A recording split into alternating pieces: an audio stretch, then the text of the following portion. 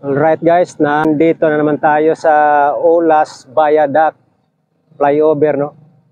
So ayan po yung Ulas Viaduct Flyover. So nandito na naman po tayo, mag-update po tayo dito sa may Ulas Viaduct Flyover. Katatapos lang po natin doon sa may MAA Flyover, no? So atin na naman i-update dito itong Ulas Viaduct Flyover. Tingnan po natin dito ang karagdagang progress or para ma-update din natin itong Ulas Viaduct. So ito po ay may haba na 800 mahigit meters, no, na project dito sa may Ulas approaching to Talomo Coastal Road. So ito po ang kinatatayuan po natin ngayon. Ay nandito po tayo sa may Davao Bukidnon Road. So going to Mintal Kalinan. So nandito po. At side din po ito ng Katalunan Pequeño. So yan po yung patungo ng Katalunan Pequeño. So atin pong i-update dito. Ayan, nandito po tayo sa road approach nitong tulay, no, ng Ulas Viaduct. So titingnan po natin dito kung may makikita po ba tayo dito ng mga contractor, no, o mga nagtatrabaho rito. So ayan, let's go guys, ating titingnan ang kanilang construction dito by Jima Construction. So sila po ang nagkukontrata dito at doon sa may MAA Flyover Construction Project. So ayan, titingnan po natin guys.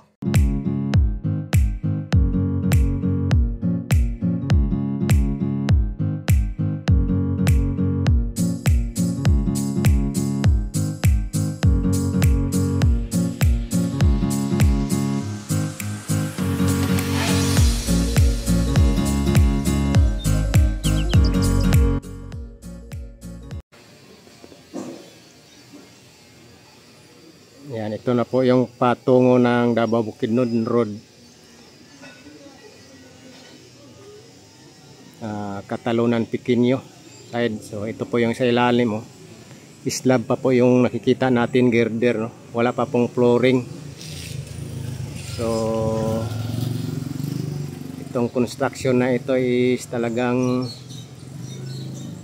bihira lang talaga tayo makita ng mga tao dito na nagtrabaho, no? Hindi gaya doon sa may Bukana Bridge Project. Talagang araw-araw kung pupunta ka lang doon, maraming tao doon nagtatrabaho. Kahit saan na parte ng construction may tao ka makikita, no? Hindi gaya rito na kahit saan ka magtingin naman dito is wala kang makikita or makakita ka isa dalawang tao lang.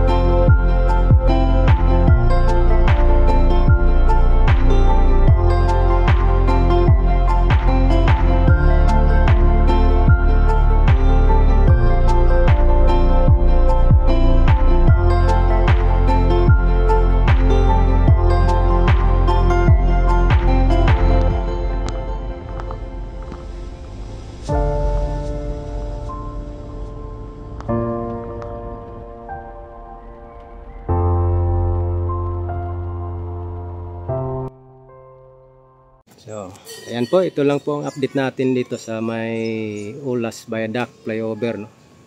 So at least makita ko sa inyo na talagang napaka bagal talaga itong project na to. So sa tingin ko ang funding po talaga nito ang problema ng kontraktor. So total siguro, so ganyan. Sa rights of way sa ROW nito is wala na, clearing na po talaga. Wala na silang problema dito, no. Bukod lang dito sa may mga wire dito, Davao Light na mga wire. So yan lang po ang problema nila, pero nakakilos man din sila unti-unti. So yun, yan lang po ang update natin dito.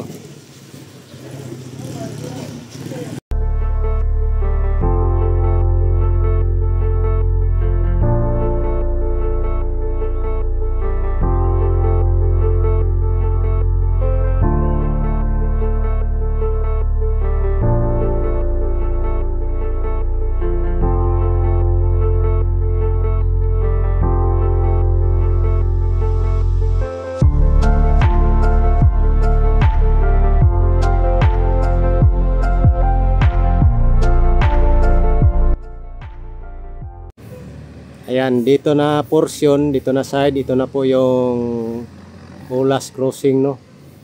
Davao Cotabato Road.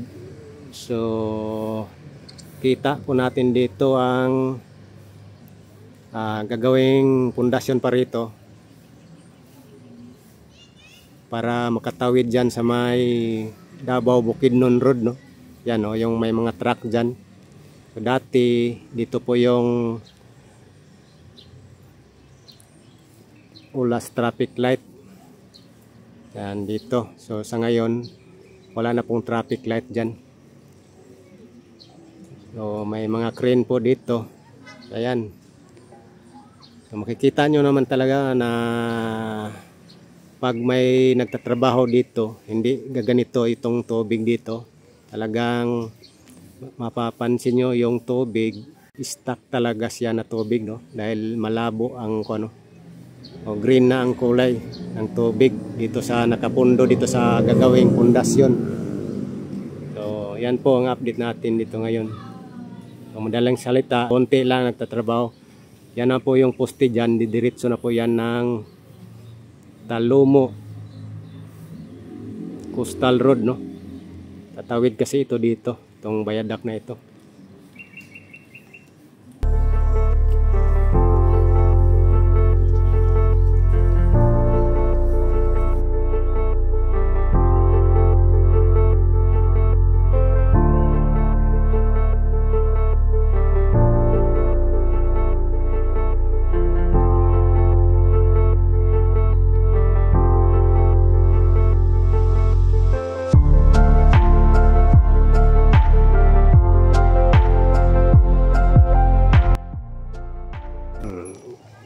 Yan, dyan man po tayo galing. Doon sa may Davao Bukidnon Road, nakikita na po natin sa drone shot. Wala tayong masyadong tao nakikita sa oras na to. So mabagal talaga ang ano dito, construction. Yan.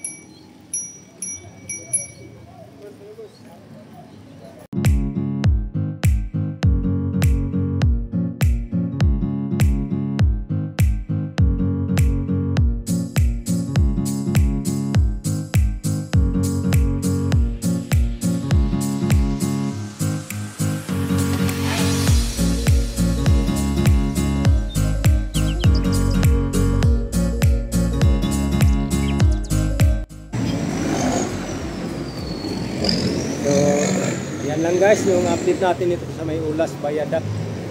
So ito na po yung dito banda sa may traffic light, no, Davao Bukidnon Road. So tatawid po dito.